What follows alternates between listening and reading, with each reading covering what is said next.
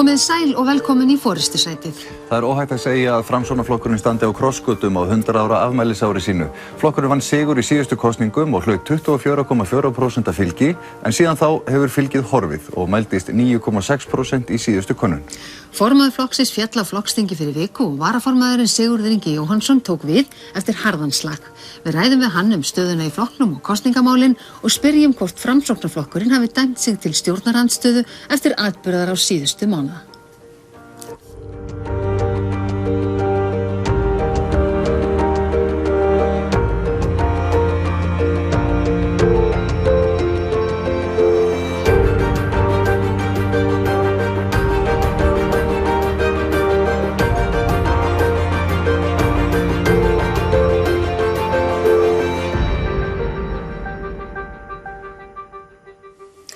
Sigurður Ingi Jóhannsson, formaður Framsóknarflokksins, ertu velkomin. Takk. Sigurður, þú felldir formann Framsóknarflokksins á flokksþingi fyrir viku síðan. Hann strunsaði út, hann Sigmundur Davíð, og ef marka má ummæli hans síðustu daga þá var hann afar ósáttur við framgöngu þína og niðurstöðuna. Ekki vont að fara með Framsóknarflokkinn inn í kosningar svona klofin í herðaniður? Ég vil nú ekki halda því fram að sé klofin í herðaniður. Það voru vissulega átök, en flokkurinn eins og þú nefndir í innslaginu að verða 100 ára, hefur gengið í gegnum ýmislegt. Mér fannst þetta sýna styrk flokksins að geta beitt lýðræðinu með þessum hætti eins og raun bar vitni á flokksþinginu. Það samt helmingur flokksmanna á þessu flokksþingi tæpur sem styður Sigmund Davíð. Já, það bara mjög eðlilegt. Hann auðvitað sitjandi formaður og á sinn stuðning. En hvað finnst þér á flokksþinginu? Þá fórst þú ekki dult með óánægju þína með Sigmund Davíð og þetta traust sem að væri horfið. Hafið þið talað saman eftir flokksþingið? Nei, við höfum reyndar ekki gert það, ekki enn. En af hverju ekki? Við munum á nefa að gera það. Við höfum ekki náð saman. Hann hefur verið fyrir austan, meðal annars á sambandsþingi sveitarfélaga. Það er allir með farsíma? Jú, það er rétt. En er það ekki slæmt að þið hafið ekki talað saman? Þið verið hljótið að þurfa að gera eitthvað einu þessu hluti? Við munum gera það. Við höfum þetta verið bara undirbúa kosningarnar og það hefur verið talsverð vinna í því og mun halda áfram auðvitað og þar mun allir koma að. Sigurður Ingi, sko, þið hafið starfað saman lengi. Ég meina, þú varst varaformaður hans. Hann strunsar út, hann talar ekki við þig núna í heila viku. Hvað er eiginlega á seiði? Já, ég veit ekki hvort að þú átt að spyrja mig um það. Við erum auðvitað bara að halda áfram að undirbúa kosningarnar á fulli ferð. En hefur þú reynt að tala við hann? Já, við höfum hérna reynt að ná saman en ekki náð. Þannig að þú hefur reynt að hringja hann en hann svaraði þér ekki? Jú, ég fengi skilaboð líka frá honum. Þú fengið skilaboð frá honum? Og hvað segir hann? Já, hvað segir hann í þeim skilaboðum? Já, við munum setjast yfir þetta á nefa bara á næstu dögum. En þú, af því þér var svo tíðrætt þetta traust á þessu flokksþingi, traustið milli ykkar tveggja, það alveg rúið? Það gæti verið betra, það liggur í augum uppi og ég hef ekki kosið að vera að tala um það mikið í fjölmiðlum, mér finnst það óþarfi. Mér fannst flokksþingið, mæting fólks á flokksþingið og hvernig það fór fram sýna að lýðræðið innan Framsóknarflokksins er haft í hávegum og það kom niðurstaða og við síðan bara vinnum eftir henni og mér finnst nánast allflestir vera á fullu í því. En verðum líka alveg að spyrja það aðeins betur að þessu, af því að það ekki hægt að skilja Sigmund öðruvísi, Sigmund Davíð, en hann ætla að halda oddvitasætinu í norðausturkjördæmi. Hann hefur reyndar ekki veitt okkur viðtal eins og hann lofaði fyrir vikum. Ekkert erfitt að hafa hann eins og aftursætisbílstjóra? Hann alls ekki aftursætisbílstjóri, hann leiðtogi í þessu kjördæmi. Við erum með 4 þingmenn þar núna og við stefnum hátt þar í þessu kjördæmi. Við höfum alltaf staðið okkur vel í norðausturkjördæmi og þar eru líka mjög öflugir þingmenn, þingkonur, Þórunn Egilsdóttir og Líneik Anna Sævarsdóttir sem eru að vinna á fullu og þannig að ég ávona því að við náum bara góðu. Það truflar ekkert að hafa hann þarna? Nei, það gerir það ekki. Ég meina, þetta öflugur framsóknarmaður og búinn að vera öflugur leiðtogi okkar og var sannarlega réttur maður á réttum tíma og réttum stað þegar við stóðum frammi fyrir miklum áskorunum í þessu samfélagi. En síðan breytast tímarnir og staðan sem við erum að horfa inn í framtíðina þá önnur samanber flokksþingið. Sem sagt, finnst þér bara allt í lagi og eðlilegt að forsætisráðherra sem sagði af sér fyrir 6 mánuðum síðan eftir stærstu mótmæli Íslandssögunnar og þau mál sem óþarf að rekja hér, að hann sé nú oddviti á framboðslista flokksins? Mér finnst mikilvægt að við virðum lýðræðið. Hann bauð sig fram í Norðausturkjördæmi, fékk 70% kjósenda Framsóknarflokksins eða þeirra sem mættu á kjördæmisþingið til sem stuðningi fyrsta sætið og ég tel að við eigum að virða lýðræði hvernig sem það fer. Alveg eins þar, eins og á flokksþinginu og eins og í kosningarna núna 29. október. En spurningin var í raun og veru já eða nei spurning. Finnst þér það gott og eðlilegt? Já, hann leiðtogi í þessu kjördæmi og ég formaður í þessu flokki og hann auðvitað sem slíkur einn af mínum liðsmönnum. Ertu ánægður með hann? Já, ég hef alltaf verið ánægður með Sigmund Davíð í hans stóru verkum fyrir Framsóknarflokkinn. En kannski áður við segjum skil alveg við flokksþingið, þá það líka eitt sem að kom nú í fréttum, við höfum aldrei fengið þær heimildir staðfestar, að það hafi verið ykkur brögð í taflinu, að því hefur verið sökuð kosningasvindl á flokksþinginu. Hvað viltu segja það? Ég varð ekki var við það sem að hefur verið að tala Ég veit það að eftir mínu bestu heimildum hafa hvorki kærunni kvartanir borist skrifstofun eftir flokksþingið. Það auðvitað eðlilegt að í hita leiksins þegar verið að kjósa að þá segir mér ýmislegt en eftirkostin ekki þau. Rétt áðan við hættum með þetta mál, sko í byrjun þarna eftir Panama-málin öll að þá sagði þú í viðtali að það væri greinilega flókið að eiga pening á Íslandi, þú varðir Sigmund Davíð, síðan skiptir um skoðun og hættir að verja hann. Hefur þetta mál skaðað þitt traust? Ég vona ekki. Mér fannst það mjög eðlilegt að eftir þessa miklu atburði í byrjun apríl að við veittum honum við flokksmenn og veittum honum svigrúm til þess að endurheimta sitt traust. Mér var það ljóst svona smátt og smátt í sumar að það hefði ekki gengið eftir meðal flokksmanna og þegar að sá áskorun að þungi fór að aukast mig smátt og smátt þegar líða tók á haustið að þá var mér ljóst að við yrðum að gera þetta upp með eðlilegum hætti innan lýðræðishreyfingar sem Framsóknarflokkurinn og gerðum það á flokksþinginu. Og það kom í ljós að meiri hluti var fyrir því að það væri rétt að skipta foringja í brúnni. Skiptum nú umræðefni, tölum kjörin í landinu. Já, nú ætlum við að fara konum að kosningamálunum fyrir hvað því Framsóknarmenn ætlaði að standa fyrir þessum kosningum. Það talað það á forsíðu Fréttablaðsins í morgun að 2 af 3 krónum sem almenningur hefur fengið í launahækkanir síðan árið 2013 fara til þeirra launþega sem hafa hæstu launin og eiga mestar eignir í landinu. Þetta náttúrulega ekki alveg svo þú talaðir á flokksþinginu. Ert þú sáttur við þessa stöðu? Já, við þurfum að greina þetta betur. Verið að tala krónutölur eða verið að tala hlutfallslegar hækkanir?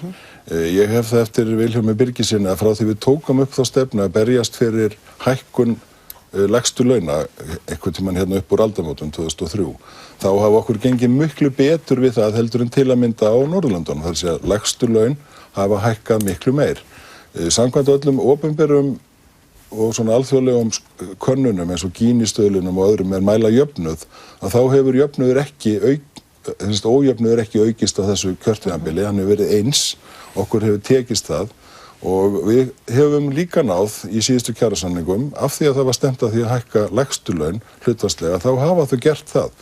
Ég hef verið á þeirri skoðun og Framsóknarflokkurinn að við þurfum meiri jöfnuð hér á Íslandi heldur en til að mynda í sambærilegu löndum eins og Norðurlöndunum, meðal annars vegna fámennis og hversu tengd við erum öll hvert öðru. Þið hafið talað fyrir hugmyndum að lækka skatta á millitekjufólk og þá sem hafa undir 970.000 krónur á mánuði og svo hækka þá á þá sem hafa yfir 970.000.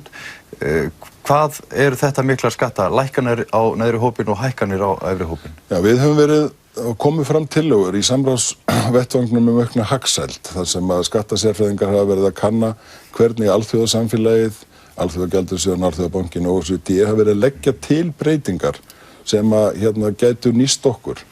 Og þessar tillögur sem voru útferðar á þessum vettvangi miðuðust við að það væri engar skattabreytingar þar sem að tekjur ríkisins væri þær sömu.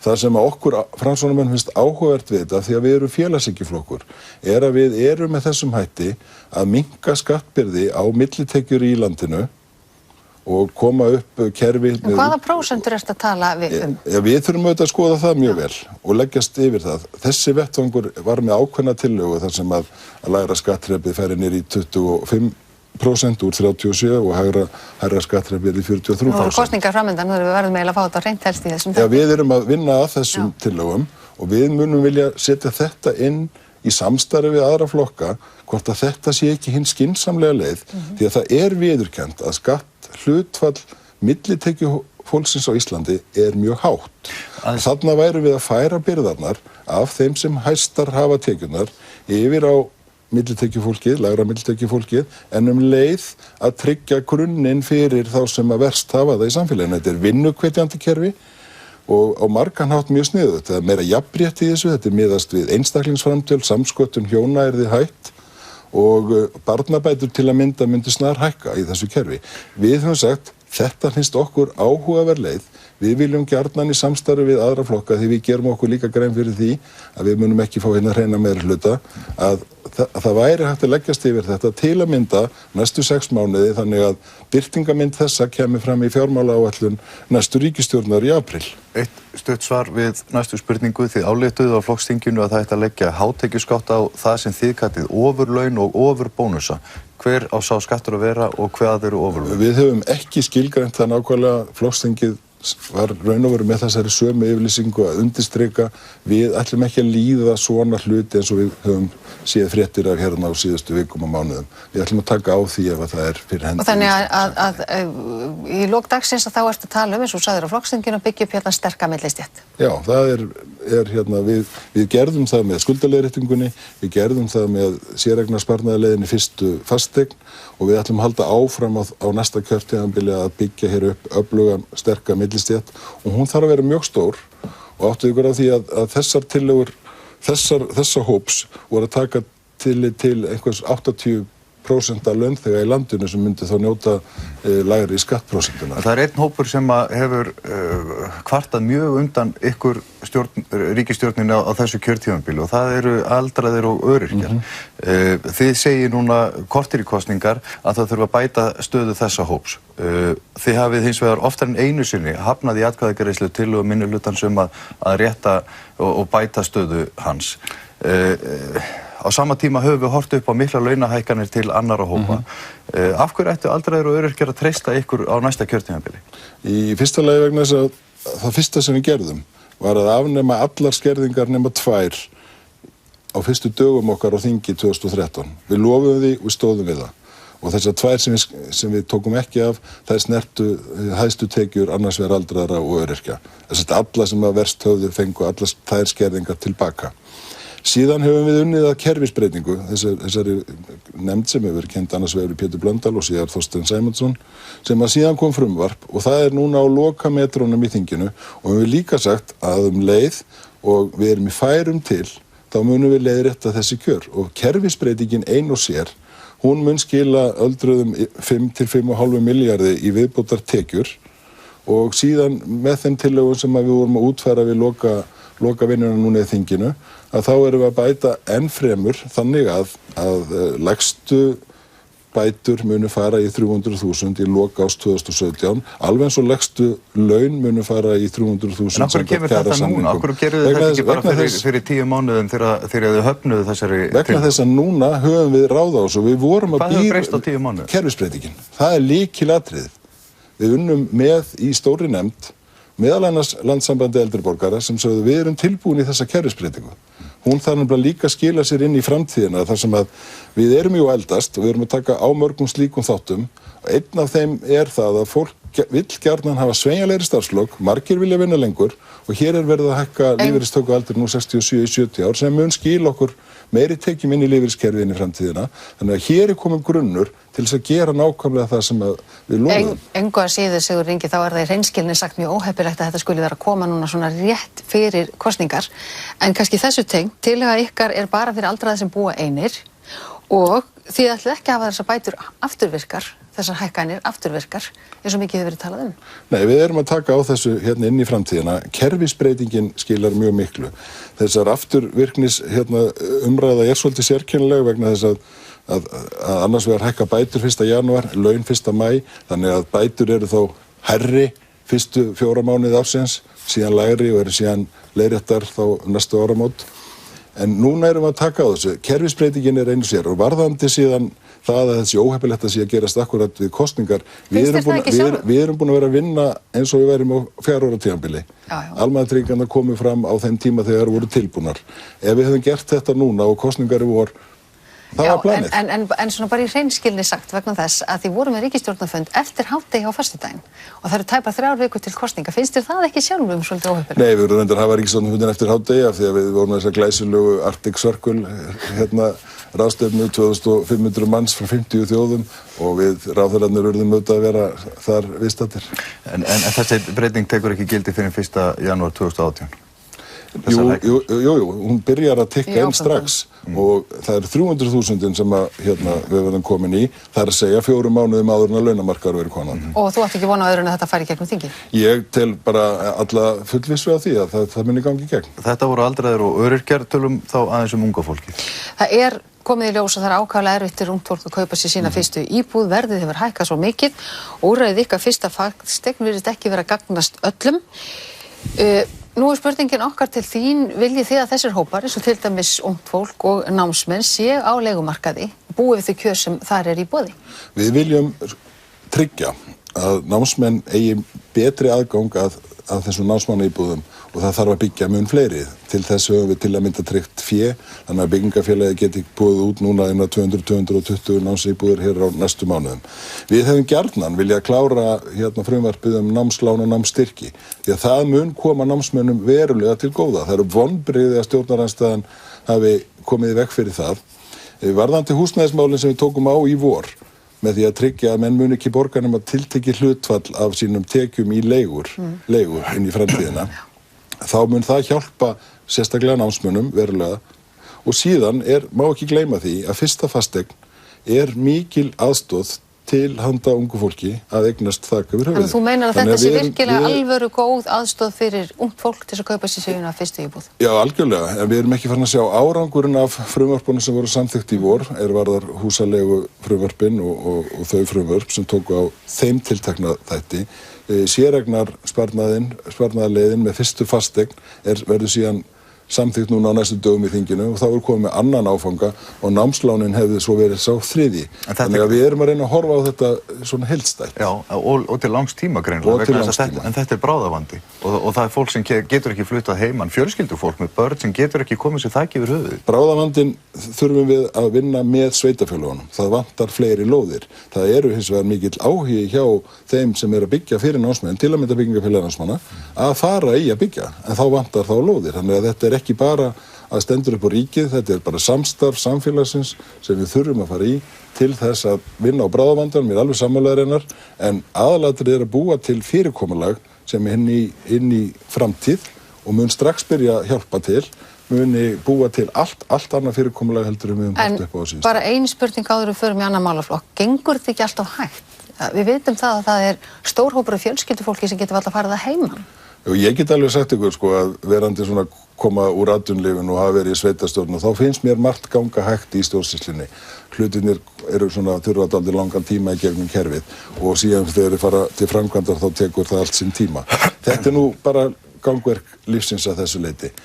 En ég held að það sé mikilvægt að við búum til hvata til þess að auka framboð á íbúðum.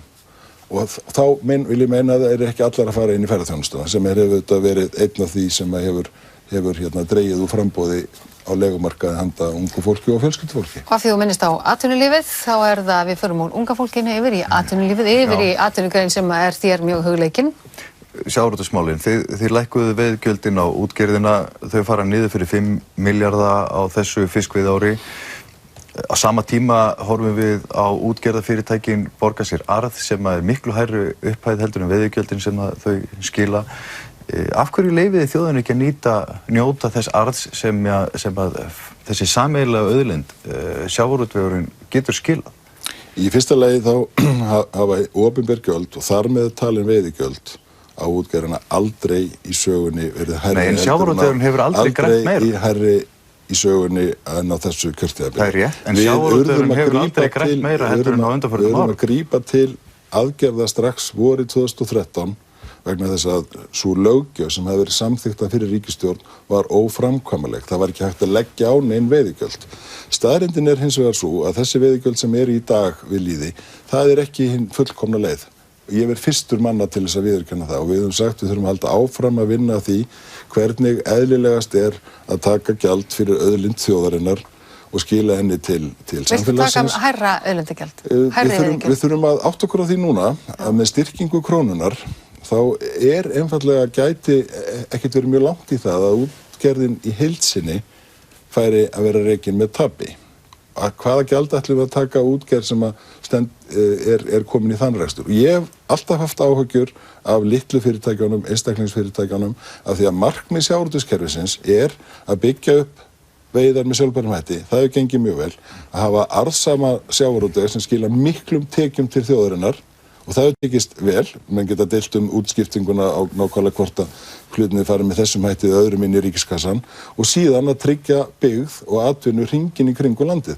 Og af þessum þætti hef ég haft miklar áhyggjur og þess vegna þurfum að vanda okkur vel við þessa En þú vildir sjálfur gera breytingar á fiskveiðistjórnarkerfinu. Þú komst ekki gegnum ríkisstjórnarmál. Nei, það rétt að Samstarfsflokkurinn var þá ekki tilbúinn að ganga svona langt. Nei, hann var ekki tilbúinn til þess. Ég kannaði líka stöðuna í þinginu og því miður þá voru menn bara ekki tilbúin að taka á vanda sem að þó allir voru búin að vera vinna sameiginlega alveg síðan 2009 í sáttanefndinni og ég heldum áfram með þá vinnu.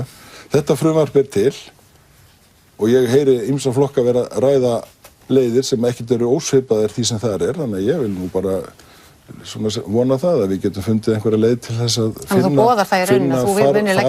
farveg á þessum deilum sjávarútveg, eina af okkar allra mikilvægasta atvinnugrein sem algjörlega óþolandi að sé einhvern veginn boðin upp á 4 ára fresti til kosninga. Það verður að vera fyrirsjáanleiki í henni, það fjöldi manns sem hefur atvinnu þarna og við verðum að ganga þessa atvinnugrein eins og aðrar að semja. Bara rétt í lokin, þú vilt taka til skoðunar að hækka veiðigjöldin? Ég vil skoða aðra útfærslu á veiðigjöldunum. Ég fyrstur mann að viðurkenna núverandi fyrirkomulega ekki það besta. Við erum að vinna með gamlar tölur þannig að þegar vel gengur kannski á einu ári en tölurnar eru frá ári þessum að gekk verð. Þetta auðvitað sveiflukennd atvinnugrein. Sérstaklega varðar uppsjávartegundir sem koma hérna inn í lögsögunni miklu magni og hverfa síðan út og þess vegna þarf auðvitað að vera borð fyrir báru en kerfið verður að vera fyrirsjáanlegt þannig að fyrirtækin geti sannarlega greitt eðlilegt gjald til þjóðarinnar en þau borga líka umtalsverða opinber gjöld þannig að það verið að skila sér á þessu kjörtímabili 25-30 milljarðar af þessari grein í ríkiskassan. Það eru 3 mínútur tæpar eftir að þessum tíma, þessum þætti, hann er fljótur að líða en okkur langar aðeins að ræða við lokasprett kosningabaráttunar. Fylgið eins og við komum hérna inn á áðan hefur hrunið af ykkur. Traustið fyrir þverrandi og það eru innbyrðis deilur á milli ykkar Sigmundar og þið fenguð 9,7% í síðustu könnun. Hvernig ætlaði að hífa upp fylgið? Komið þið með eitthvað frábært kosningalofar? Ég vil reyndar meina að það sem við byggjum á mjög málefnalegur og góður grunnur. Við erum búin að vinna mjög gott starf á þessu kjörtímabili og við höfum legið lágt í skoðanakönnunum allt kjörtímabilið. Það hins vegar verkavinna. Við viljum gjarnan hafa áhrif áfram á Íslands samfélag í þá átt sem ég verið að tala fyrir hér og flokkurinn hefur verið að tala fyrir. Og við munum þess vegna auðvitað kynna það sem við höfum verið að tala snertir að stækka millitekjuhópinn hérna í landinu, gera hann öflugan, kynna þau úrræði sem við höfum verið að vinna að bæði fyrir ungt fólk sem og aldraða og öryrkja, en ekki síst líka að tryggja að hér sé öflugt atvinnulíf. Til að mynda með þeirri nýsköpun sem að við ríkisstjórnin höfum verið að leggja umtalsverða peninga í líka því að ég vil meina að eitt útiloki ekki annað. Við eigum að stefna það sem fjölbreyttastu atvinnulífi í þessu landi þar sem allir einstaklingar geti notið krafta sinna. En heldur þú að formenn annarra stjórnmálaflokka, þori og vilji fara í samstarf við ykkur eftir atburðar á síðustu vikna? Það ætla ég rétt að vona. Ég vona að störf okkar til að mynda núna síðustu 6 mánuði rúmlega í þinginu beri þess merki að við erum sannarlega flokkur trausts og samstarfs og ég vona svo sannarlega að það sé smælikvarðin. Hver þá óskar samstarfsflokkurinn? Með hverjum viltu vinna? Það auðvitað í höndum kjósanda. Það væri óeðlilegt að við farum að lýsa því yfir fyrir kosningar. Eða útilokar ykkur? Ég vil ekki lýsa því yfir að við ætlum að vinna með einum en ekki öðrum. Við göngum auðvitað óbundin til kosninga. Það er líka ljóst að þetta samstarf sem að núna hefur verið með Sjálfstæðisflokknum hefur gengið á margan hátt mjög vel og flestan hátt vel. Þannig að ég vil fyrst og fremst segja við kjósendur, skoðið stefnu Framsóknarflokksins, skoðið árangur okkar og ef þið treystuð okkur til þess að vera svona líkil þáttur á stjórnmálasviðinu á Íslandi þá verðið að greiða okkur atkvæði. Takk fyrir þetta og takk fyrir komuna.